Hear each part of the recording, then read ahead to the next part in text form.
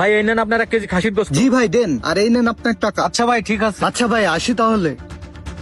আসেন, তাজা তাজা গরুর গোশত আছে, তাজা তাজা গরুর গোশত আছে। আসেন আসেন, কাস্টমার সবাই আসেন। যাক, মাংসটা একদম ফ্রেশ আছে। হ্যাঁ, আরে একদম ফ্রেশ গোশত, তাড়াতাড়ি আসেন। কি ব্যাপার, জেঠু গরুর মাংসের দোকানে কি করে? দেখি তো বিষয়টা। আরে জেঠু, তুমি এখানে? হায় হায়, দেখে ফেললো নাকি? কি ব্যাপার জেঠু, মুখ লুকাচ্ছে কেন? সর্বনাশ করেছে। কি ব্যাপার জেঠু, তুমি মুখ ঢাকছো কেন? আর তুমি গরুর গোস্তের দোকানে কি করছো? আসলে বাবা, একটু প্রয়োজনে এই গোশতের দোকানে দাদার সাথে একটু দেখা করতে আইলাম। না না জেঠু, তুমি মিথ্যে কথা বলছো। আমি নিজ চোখে দেখেছি তুমি গরুর মাংসের দোকানে গরুর মাংসের কাস্টমার ডাকছিলে। দাঁড়াও, আমি আমাদের পাড়ায় যে এই বিষয়টা সবাইরে জানাচ্ছি, আর তোমার একটা ব্যবস্থা করতেছি। আসলে বাবা, কোথাও কোনো কাজ কাম পাচ্ছিলাম না তো, বাড়ি সবাই না খেয়ে রয়েছে, সংসারে মেলে অভাব। আমাদের পাড়ায় কাজ খুঁজে কোথাও কোনো কাজ কাম পাচ্ছিলাম না। এই দাদা দয়া করে আমার একটা কাজ দিয়েছে। বাবা, পাড়ায় যে কারো কিছু বলিস নে, আমি বাধ্য হয়ে কাজটা করতেছি। না না, যে কাজ আমাদের ধর্মে নিষেধ আছে তুমি সেই কাজ করো কিভাবে? তুমি গরুর মাংসের দোকানে কাজ করতেছো, পাড়ায় যে আজকেই তোমার একটা ব্যবস্থা করতেছি আমি। এই কি ব্যাপার ভাই, আমার দোকানের সামনে দাঁড়ায় আপনারা গ্যাঞ্জাম করতেছেন কেন? আরে ভাই, এই লোক একজন সনাতন ধর্মের লোক, আর আপনি ইনারে গরুর গোস্তের দোকানে কাজ দিয়েছেন কি জন্য? এটা তো আমাদের ধর্মের বিরুদ্ধে। কেন কাজ দিছি তাতে কি হয়েছে? উনি তো একজন অসহায় লোক, উনি কাজ করে পরিশ্রম করে খাচ্ছে, তাতে আপনার সমস্যা কি? সমস্যা তো হবেই, কারণ এটা তো আমাদের ধর্মে নিষিদ্ধ। ও, ধর্মে নিষেধ আছে বলে এখন আপনাদের চোখে বাইতেছে? এই চাচা যে এতদিন অসহায় ছিল, পরিবারের মুখে খাবার তুলে দিতে পারতেছিল না, তখন আপনারা কই ছিলেন?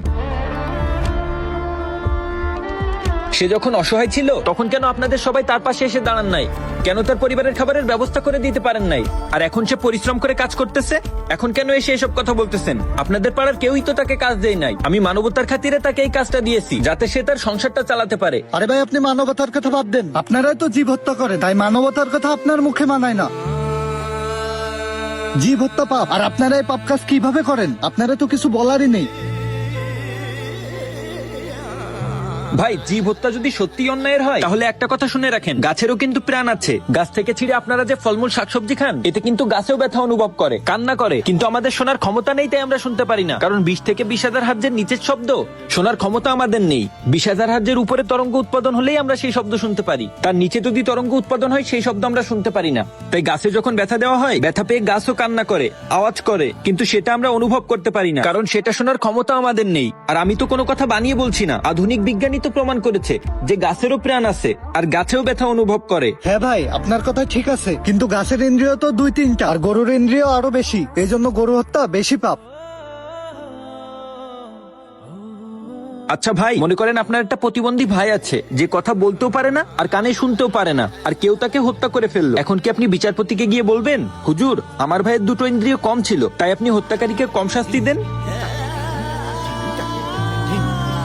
এইটা তো আপনি কখনোই বলবেন না। আর আমাদের ধর্মেও এটা কখনো বলা হয়নি যে কম ইন্দ্রিয় থাকলে কম শাস্তি দেওয়া হবে এবং বেশি ইন্দ্রিয় থাকলে বেশি শাস্তি পাবে। বরং কোরআন আমাদের বলেছে, তোমাদের জন্য যে সকল উত্তম জিনিস দেওয়া হয়েছে তোমরা সেগুলো ভক্ষণ করো, যে পর্যন্ত সেটা তোমাদের জন্য বৈধ ও হালালের অনুমতি আছে। এছাড়া আপনি একটা জিনিস খেয়াল করলে দেখতে পারবেন, সকল মাংসাশী প্রাণীদের এই কর্তন দাঁতটা আছে, আর এই কর্তন দাঁতটা দিয়েই তারা মাংস ছিঁড়ে খায়। তাই মানুষের যদি মাংস খাওয়ার অনুমতি না থাকতো, তাহলে সৃষ্টিকর্তা কেন আমাদের এই কর্তন দাঁতটা দিল?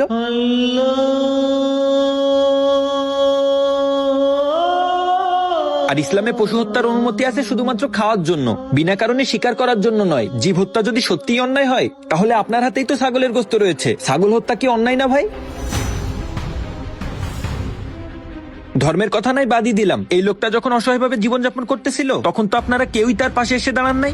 এখন সে যখন পরিশ্রম করে খেটে খাচ্ছে, তখন কেন আপনাদের সমস্যা হচ্ছে? আর সত্যি যদি এটা আপনাদের ধর্মে নিষেধ থাকে, সে তো আর মাংস খাচ্ছে না, সে মাংসের দোকানে কাজ করতেছে, এটা নিয়ে তো আপনাদের সমস্যা হওয়ার কথা না ভাই। দাদা, আপনি যেভাবে কথাগুলো বললেন আমি এভাবে কখনোই ভেবে দেখিনি। সত্যিই আপনার কথাগুলো অনেক ভালো লাগলো। আর জেঠু, তুমি একদম চিন্তা করো না, তুমি চালিয়ে যাও, আমি দেখি পাড়ায় যে তোমার জন্য একটা কাজের ব্যবস্থা করতে পারি কিনা। তুমি তোমার কাজ চালিয়ে যাও, কোনো চিন্তা করো না, আমরা তোমার পাশে আছি। আচ্ছা বাবা, ঠিক আছে। আসি জেঠু, থাকো তাহলে। দাদা আসি। আচ্ছা ভাই, ঠিক আছে।